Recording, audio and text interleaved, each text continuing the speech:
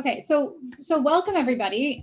We're going to get started, and I'll just keep an eye and see if there are any more participants that are joining us late. But we're so excited that you're joining us today. Let's see.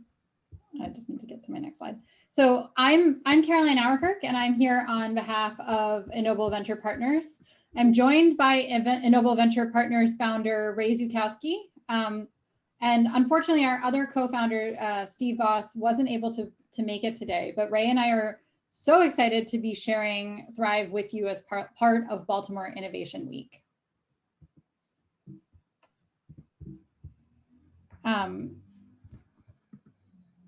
So before we dive into things, just a few quick housekeeping notes. I'm going to be dropping into the chat box a PDF that accompanies all of our, that we'll be using as the basis of our presentation today. So if you're watching this later and you'd like a copy of this workbook, please email us. Our email address is right here on the slide. And then you can also email us or visit our website to download a free copy of the book that we wrote. This is the book. That goes into this model in much more detail. We're going to go through this the presentation rather quickly today so that we can make sure we have enough time for any kinds of questions or comments that you have. And so please make sure to jot those down so that we have plenty of time to discuss and talk you through how the model that we're sharing might work for your organization and your team. We're also going to be following up with all of you after this call. So if you have any lingering questions, you're welcome to just hit reply to that email and we'd be more than happy to help you out. So with that, let's get started. So Thrive is a holistic, hands-on method that directly engages employees in critical business practices and problem solving. So it's a highly effective method for increasing employee engagement. And before we dive into how that actually works, let's talk a little bit about why employee engagement is so important.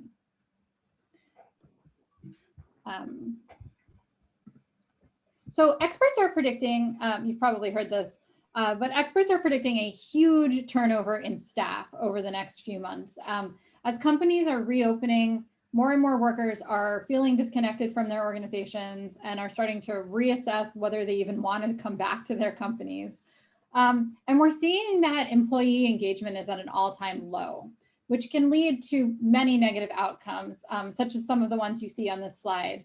We've got missing commitments, poor communication, conflicts, underperforming on goals, and really just like not being engaged and operating at peak performance. And then of course, this all can lead to high turnover. And as you probably know, replacing a staff member is incredibly expensive.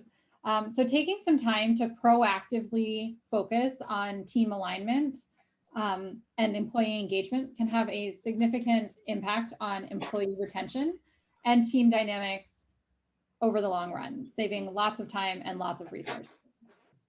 So now more than ever, we believe it's essential for companies to invest in team members and improve organizational health.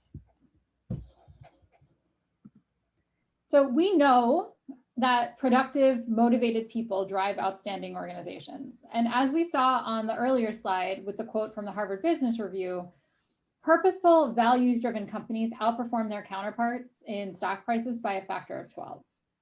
So at a high level, Thrive focuses on driving a higher level of collaboration and teamwork, enhancing trust and accountability, improving conflict resolution, and opening communications across teams.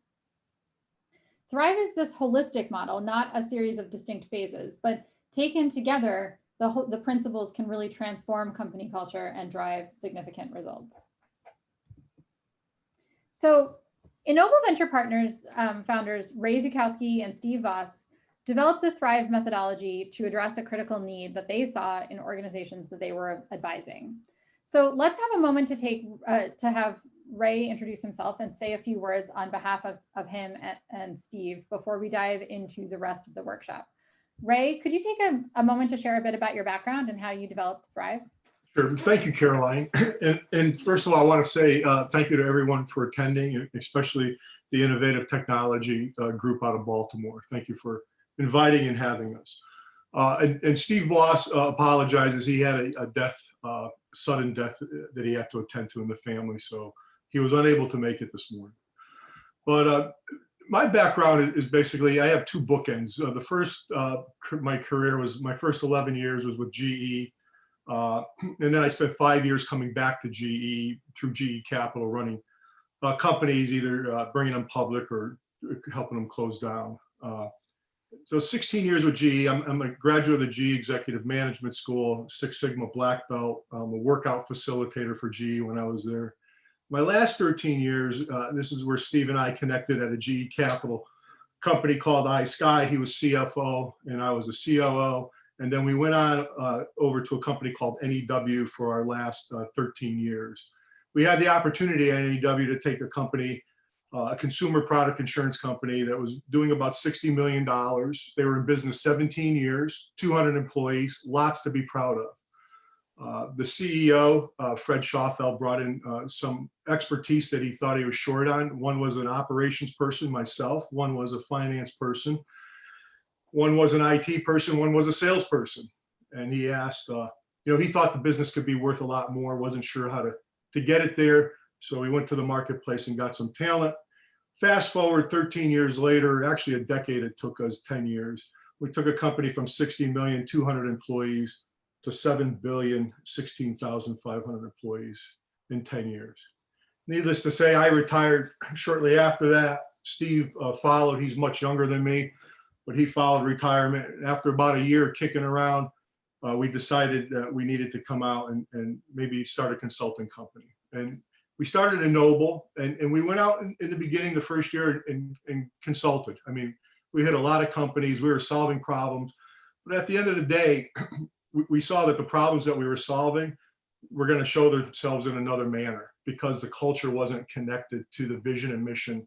So we really started working at that point on how can we bring our techniques and what we use to grow a company successfully, 4 JD Powers, best places to work, decade long. How do we take some of those techniques and put them in writing? Steve and I were fortunate enough to hook up with a best-selling author, Dan Porter, who helped us design and drive the book. Dan, in conjunction with a couple B schools, top-tier B schools out of the Northeast, a few of the professors, few of the deans helped us put Thrive together. When we were all done, we looked at each other and everybody said, now what? It was a short book, it was easy to read on the plane, 114 pages, get a message across, but how do we bring this to the next level? We started working with the B school on a curriculum, realizing Steve and I were curriculum writers. We went to the marketplace and we were very fortunate to come up with Carolyn Auerkirk. Carolyn, as you know, probably has written and designs curriculums for Johns Hopkins, for University of Chicago, has a tremendous background. But what set Carolyn apart from all other curriculum and design writers was that she saw herself being able to take this to the marketplace with us and be able to teach the principles in a 3-day workshop. So after several years, Carolyn came up with a great 3-day workshop. We had, again, lots of input.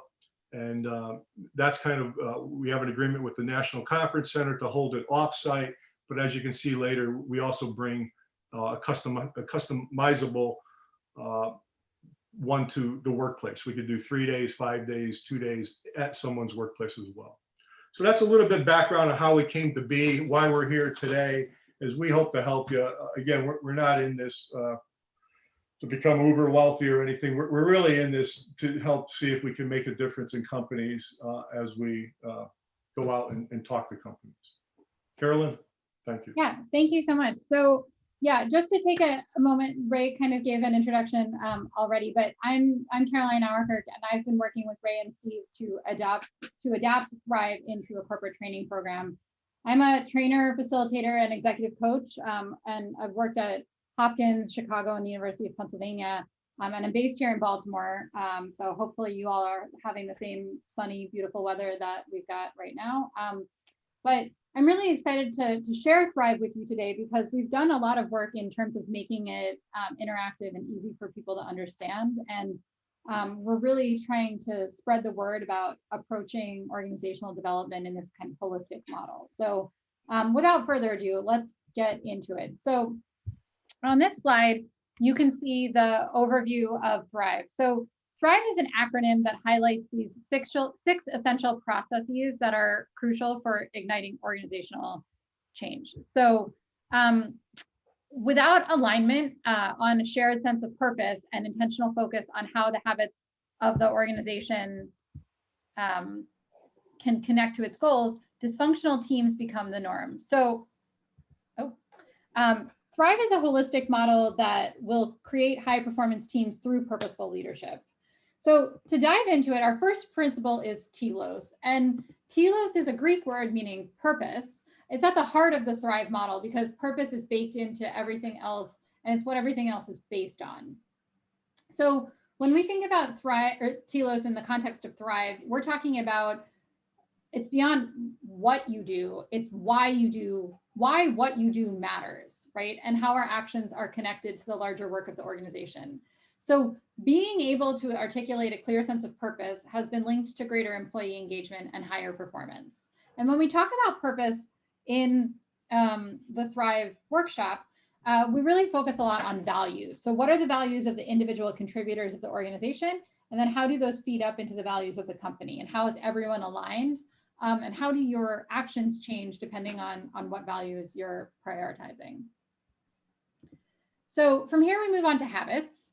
And this is what we repeatedly do in an organization, either alone or on teams, and often subconsciously.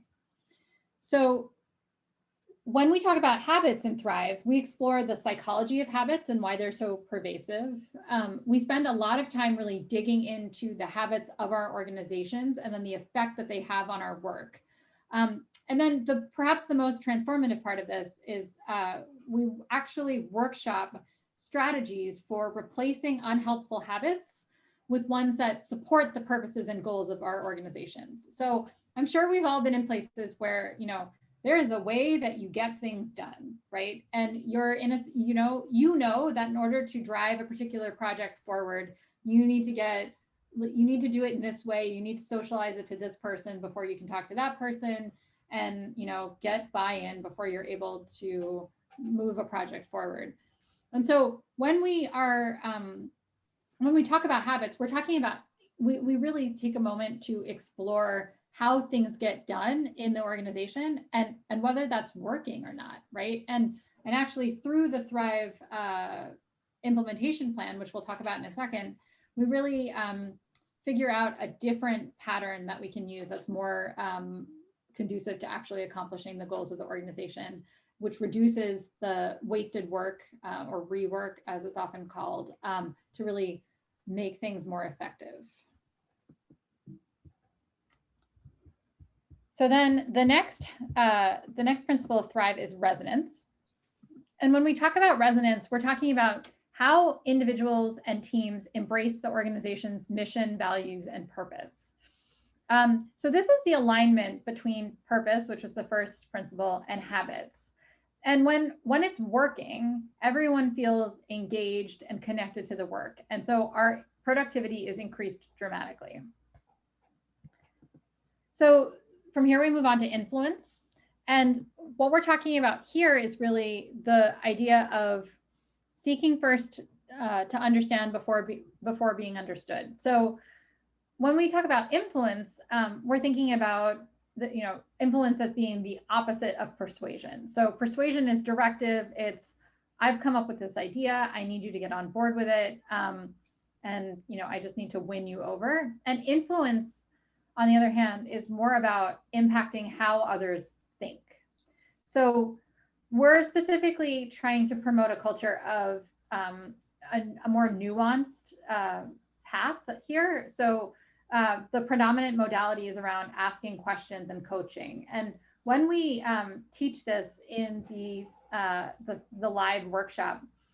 It's actually pretty, we do a really fun activity with participants around how you can communicate without being so we talk about the difference between listening to reply and listening to understand, and we really spend some time really teasing that out so participants have the chance to practice both modalities, right? So to listening to respond and listening to understand, and it's often the participants have a really interesting time with this because when we talk about listening to understand, one of the activities we do is just having the participants engage in dialogue, but one person is only allowed to ask the question of why, right? And or they're only allowed to respond in the form of a question, kind of like Jeopardy, right?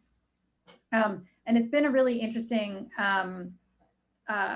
experience to help people practice these different modalities and see, because it's all well and good to talk about it, but until you actually practice it, it's not going to sink in.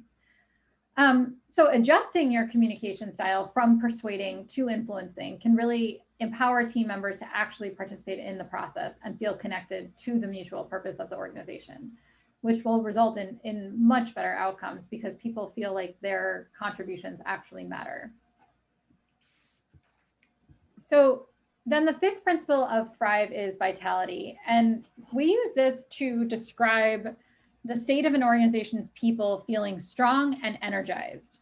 So we've all seen what a lack of vitality looks like. You'll hear people saying things like, I'm totally drained, or that meeting totally wiped me out.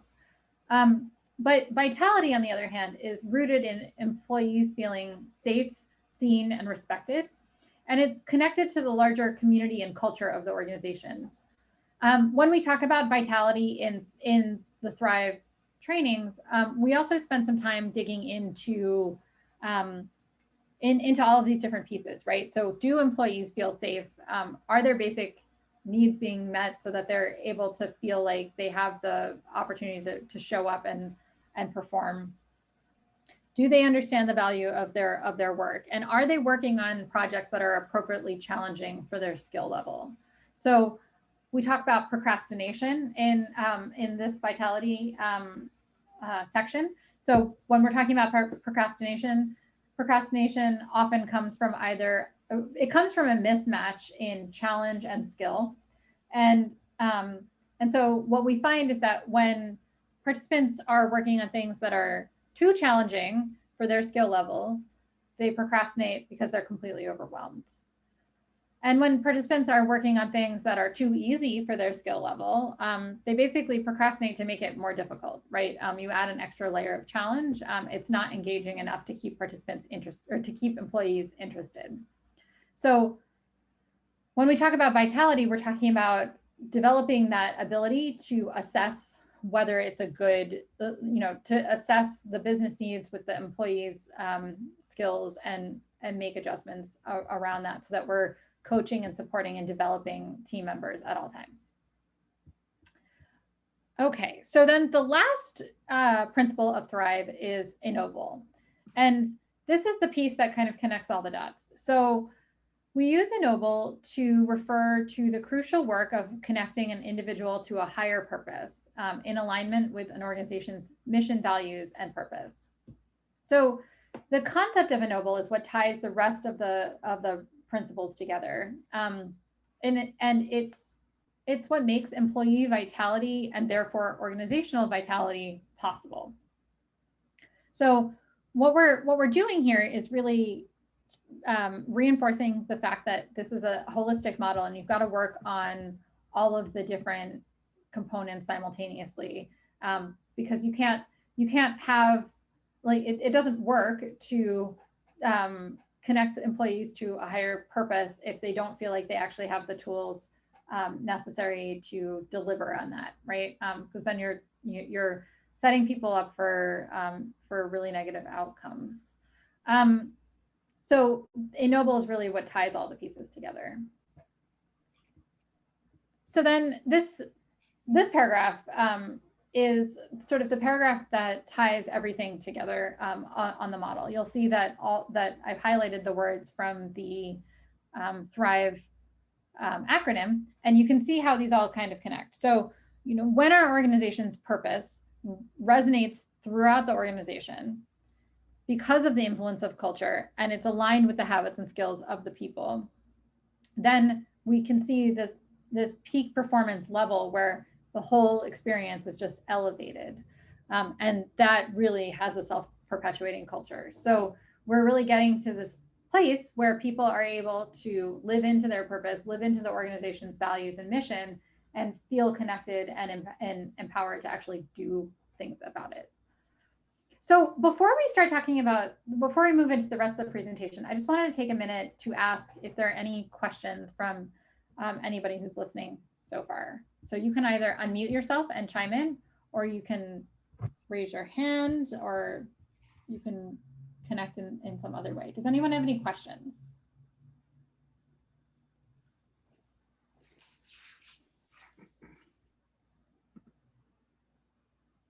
Awesome. Okay. So we'll keep moving on then, which is to talk about why we found this model to be so effective. So one of the things that we're really seeing is that, we alluded to this in the description for this session, but basically Thrive was developed as a 3-day intensive program for a single team from one organization. But last year, as the pandemic was starting, we really pivoted the training to be completely virtual. And since Ray on the Ennoble team has special expertise in leading high impact virtual teams, we offered the training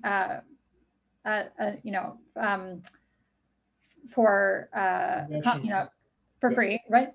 Yeah, through the National Conference Center. Right.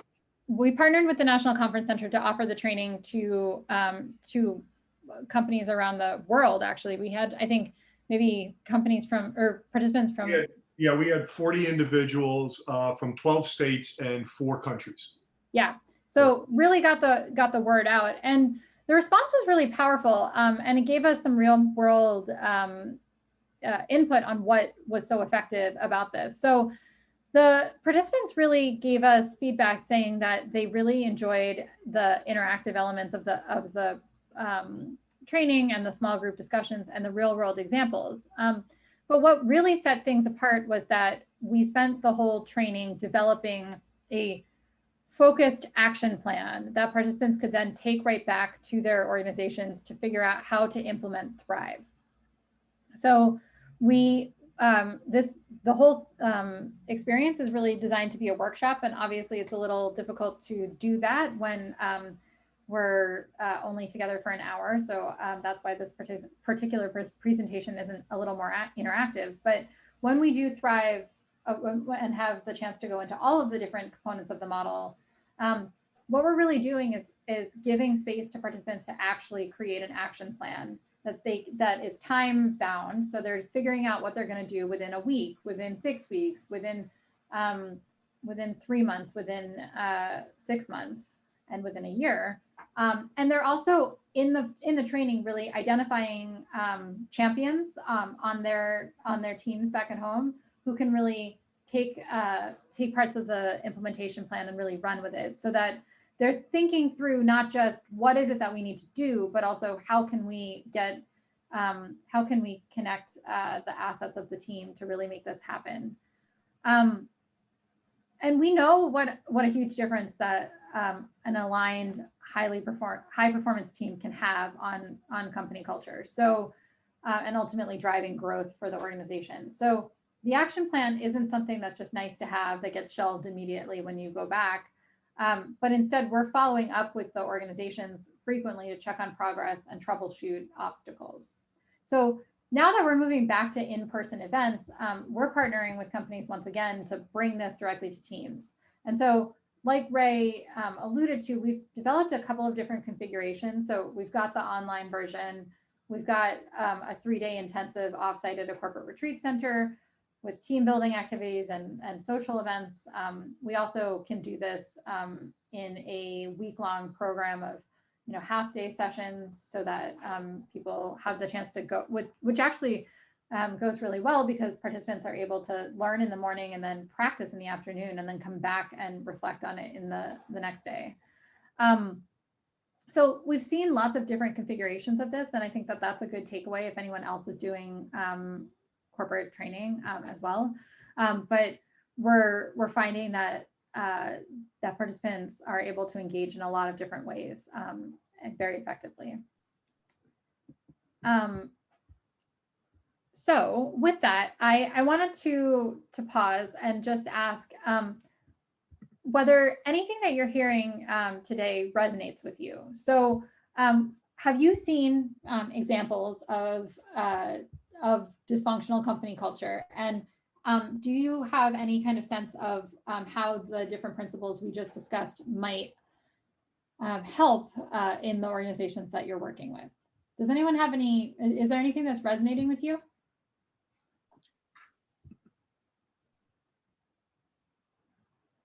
Is anybody dealing with dysfunctional behavior or from other teammates or other divisions into your division? And what does that, and how come you recognize that? And I think most people, at least one of my early on mentors, and I'll have a story here, but he told me, and this held true through my whole career, was all behaviors are purposeful. And I said, well, what do you mean by that? And he said, just watch. You're in the Northeast, right? When there's a snowstorm, I noticed you're here early. But did you notice these three managers always have the same reason why they're not here? But all behavior is purposeful. So if you can start to look at behavior in that way, that is either conscious or subconscious. It might not even be at the forefront of someone's mind, but they just do it because it's a habit, it's a behavior. And I think as a good leader, as you call out dysfunction and help replace it with healthy behaviors, you're going to see your team start to reach some performances, peak performances that you probably never hit before. But the hard part is addressing, the dysfunctional behavior, which everywhere. And if you say you don't have it, then you might have a leadership problem. Everybody's got dysfunctional behavior at some level within your company. So I'd love to hear from the folks in the room. What kinds of teams are you working on, or what kinds of problems do you anticipate as we start to go back to in-person work? Has anyone seen anything that's going particularly well or particularly challenging? Or even your culture. I mean, again, how would you describe your company culture today, or the culture that you work within? High trust, low control, low trust, high control. There's lots of different variances. But if somebody asked you in the elevator, how would you describe the culture of your company or where you work, what would you say?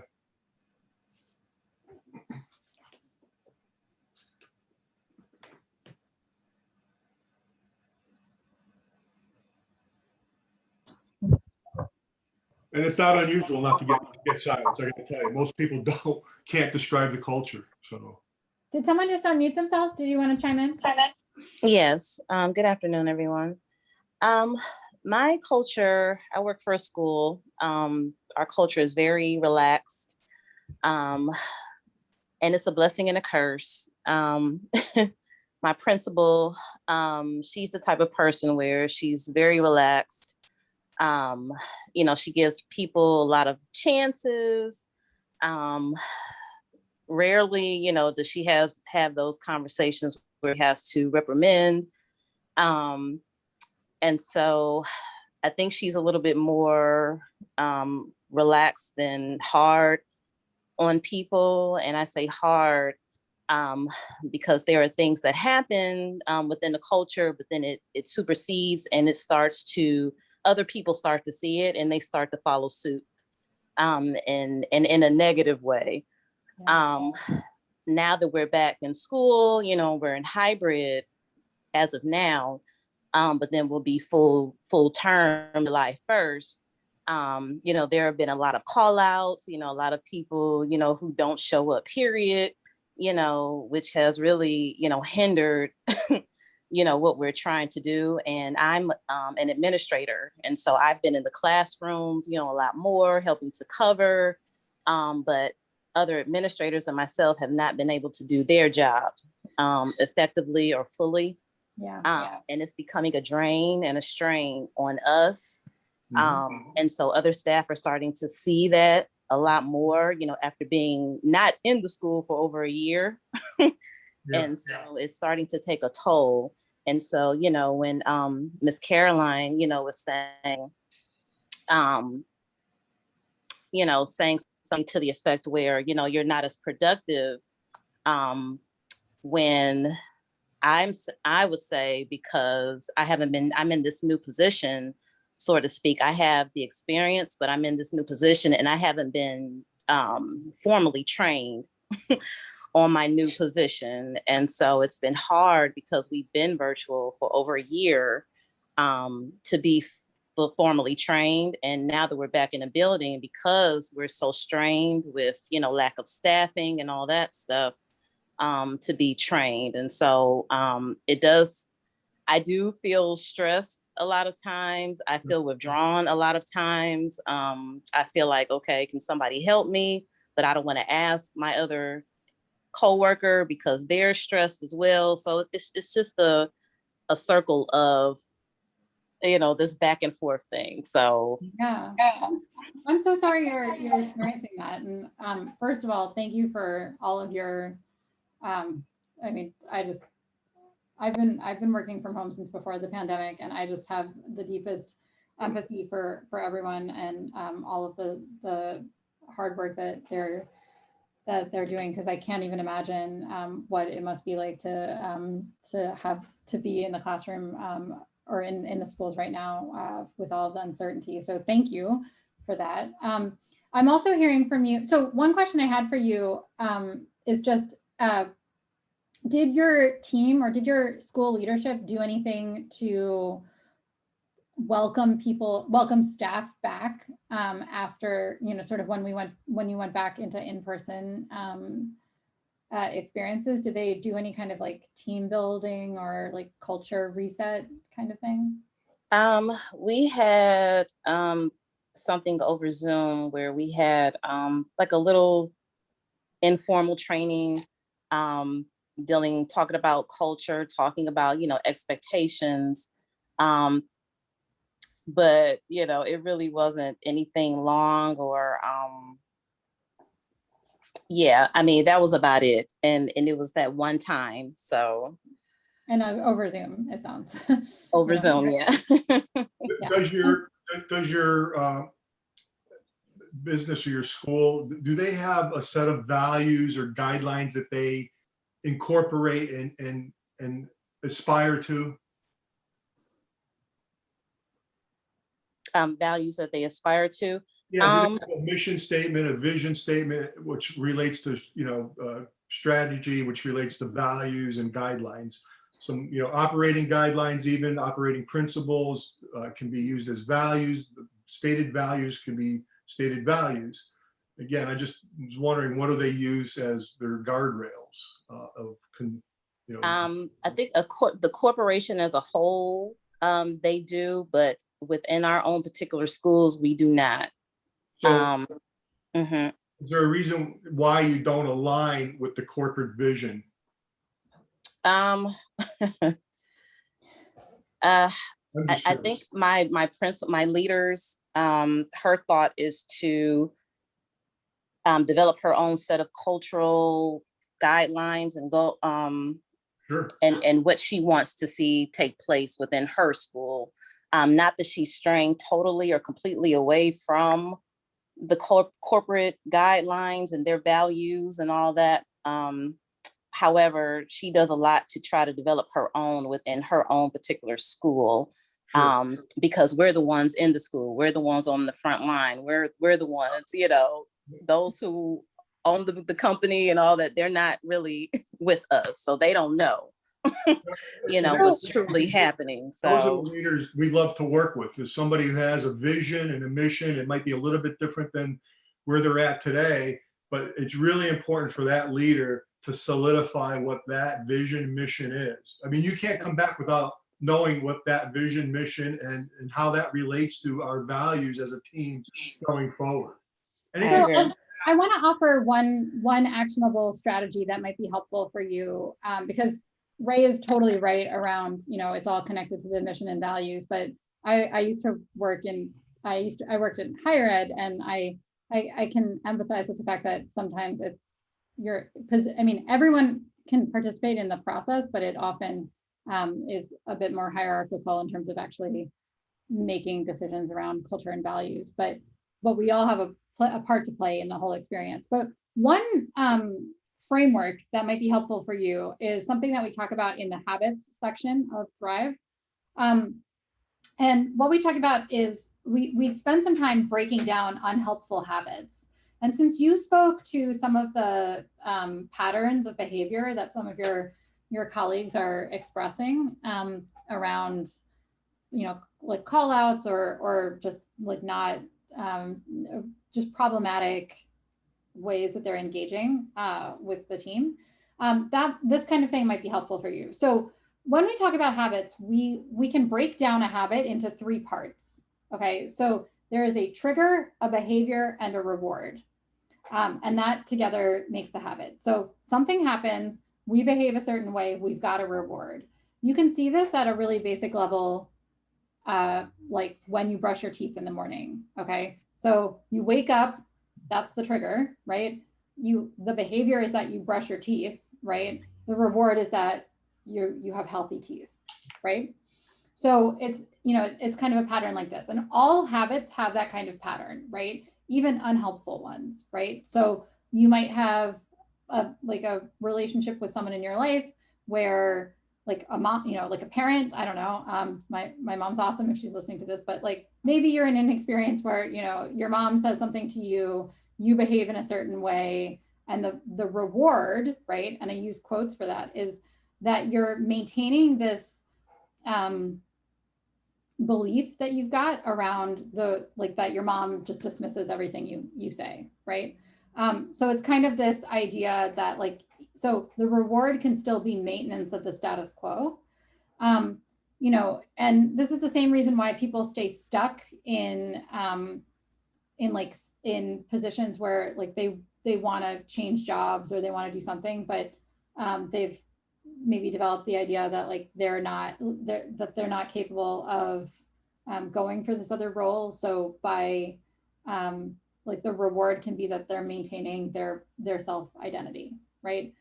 So the way that this translates to your organization might be to, it can be helpful to kind of see what those patterns are, right? So what are the patterns of you can often see the behavior, right? But it can be helpful to kind of reverse engineer. So what's triggering this kind of behavior, right? And then what's the reward, right?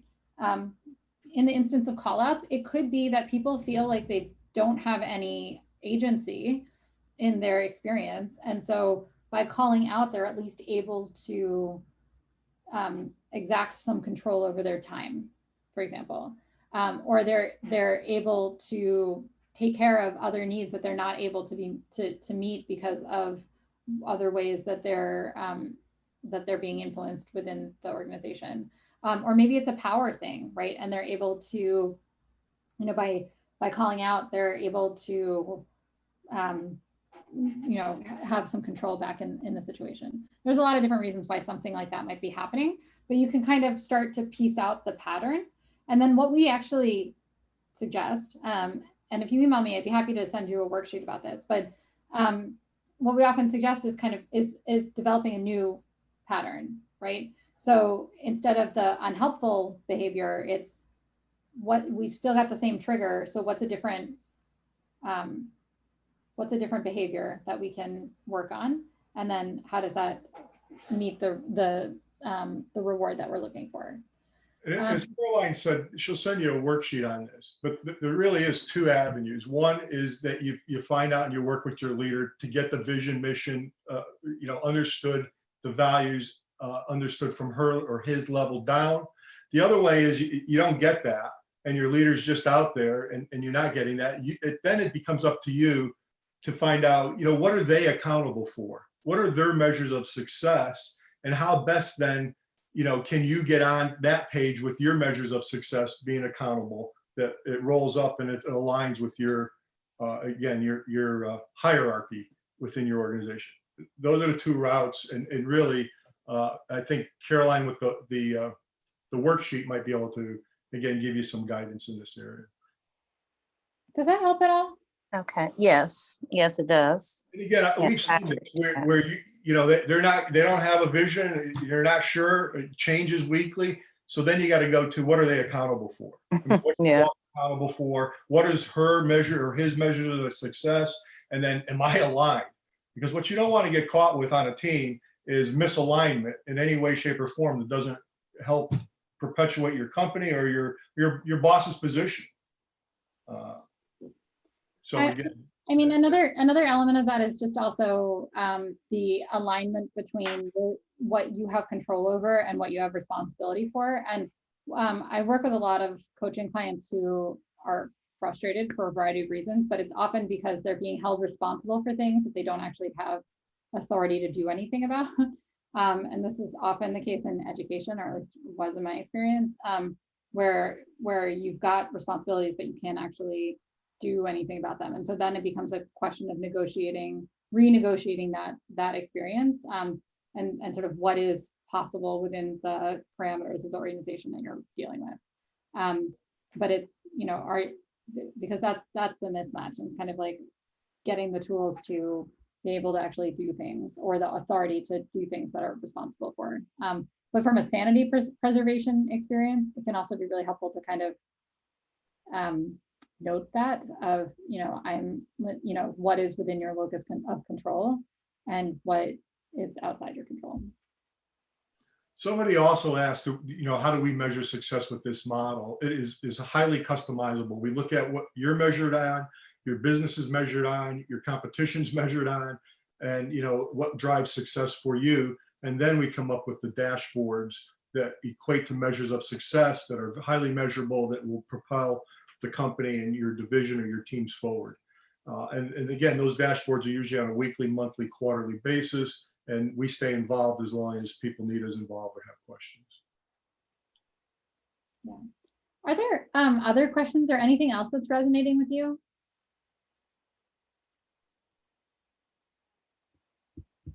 Did anyone else find that? Has anyone else had experience with that trigger behavior reward process?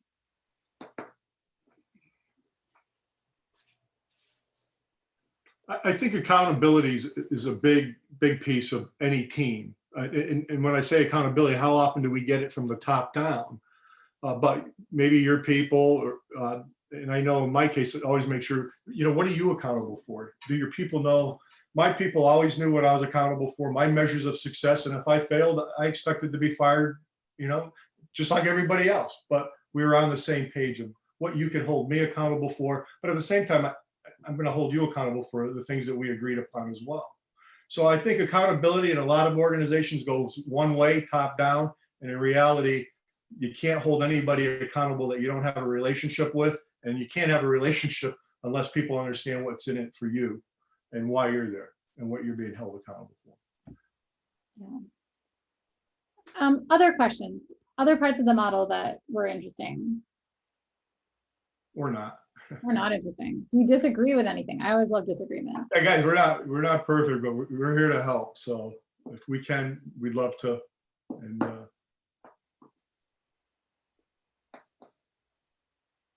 would anyone like to take a moment to introduce yourself and share what you're working on?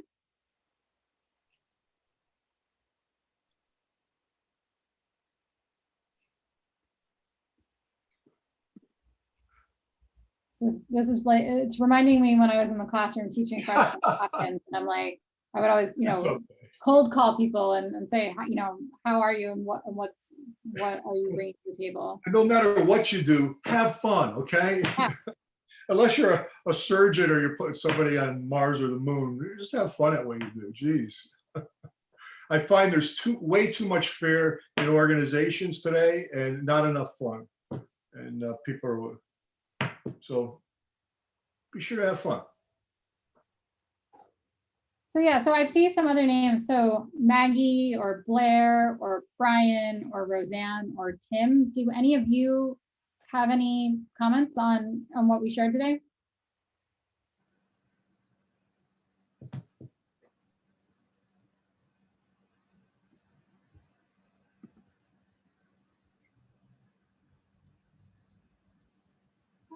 Awesome. Okay.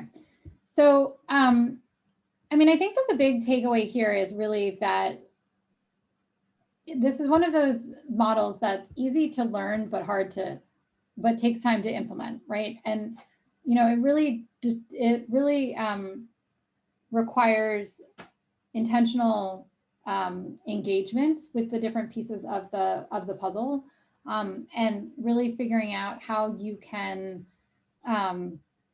take the time to implement these different habits. And so, you know, if we go back to, I have 3 screens open right now, so it's hard to find my mouse. But you know, if we go back to the overview of Thrive, you can really see how all these different pieces, you know, come together, right? We're layering we're layering different components on top of each other. And, you know, we're talking about purpose and why, like, what are you doing and why does it matter? Like, what's the point, right? We can't talk about values in a vacuum, right? So what's the goal behind the values, right? We dove into habits a little bit more with this trigger behavior reward piece, to see kind of how all these different pieces come together. And then we talked about, like, you know, is there a disconnect? That's really where the resonance piece comes in. You know, is there, are you saying one thing but doing something different? Is the purpose of the organization collaboration, but the only metrics of success are around the bottom line, right? Like, that might be, you know, a bit of a disconnect there. But resonance is really like, what is that consistency across the board? We talked about influence and how influence can really speak to wanting to support the members of your team to be able to participate and come from this kind of coaching methodology instead of just dictating what other people should do. And then vitality is around, you know, what does that do for your organization and how does it bring everyone on the same page, right? And then Ennoble is really, do people have the space? Like, are you just paying lip service to this, or do people actually have the space to do something about it, right? And that's really where we see a lot of things break down in organizations, because you'll tell organizations will say, like, well, we care about the vitality of this organization, but then they're not actually giving people the structure or support to actually do anything about it. So that's where that last piece really comes into play, and what's so crucial about that as well. Ray, did you have anything else you wanted to add? No, you know, again, I think, you know, behaviors, you know, are everything, and learning to read people's behaviors and then address them, you know, in a positive fashion, in a learning type of environment. I like to surround myself with learners, people who figure out why they can versus why they can't. So I really try to stay away from people who start sentences or answer questions with, we did that, or we can't do that, and here's why. I find that very draining of energy and time. So for NEW, I'll leave you with, we had one saying, and we wanted to make NEW a great place for great people. Simple saying, right? But every time we went out, I had over 6,500 employees at this point, and 1,200 working from home. I made sure, what does that mean? A great place for great people. I'll tell you what great people means. It means I'm gonna challenge you every day to be world class. We're gonna have measures that are on top of the standard scale on any company, and we're gonna really work towards becoming world class, measured by outside people like J.D. Power, Malcolm Baldrige, great places to work, so forth. But what does a great place look like? That's where you hold me accountable. A great place to me, if you come in and you interview and half the lights are burnt out or 2 lights are burnt out, you go and use the restroom, it's dirty, forget about eating in the cafeteria, the training material, there's dust, old computers not working, desks not aligned. Guess what? That's on me. That's not a great place. You come in and you expect world-class training. You expect a great place looking bright, proud to bring people to eat in the cafeteria. The bathrooms are clean all the time. I mean, a great place can be defined. World-class training, world-class education, and we defined it. And that's what, and by the way, job opportunity. That's what people said. We want you to create opportunity for us. Career growth, career pathing. That was my responsibility. And every year, those measures were put out there on my behalf, as well as how we did as teams.